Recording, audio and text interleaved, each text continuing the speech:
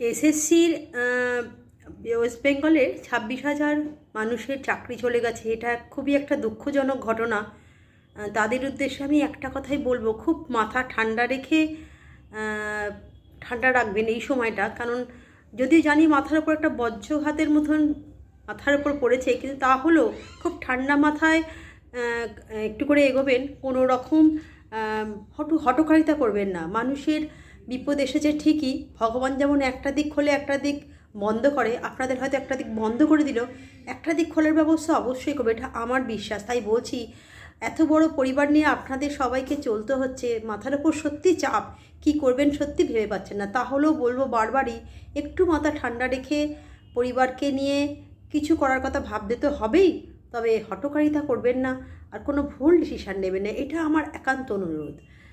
এরম পরিস্থিতির মধ্যে আমিও পড়েছি ছোটোবেলায় অনেকবার, তাই বলছি মাথা ঠান্ডা রাখবেন, এইটুকুনি অনুরোধ আপনাদের রইল আমার।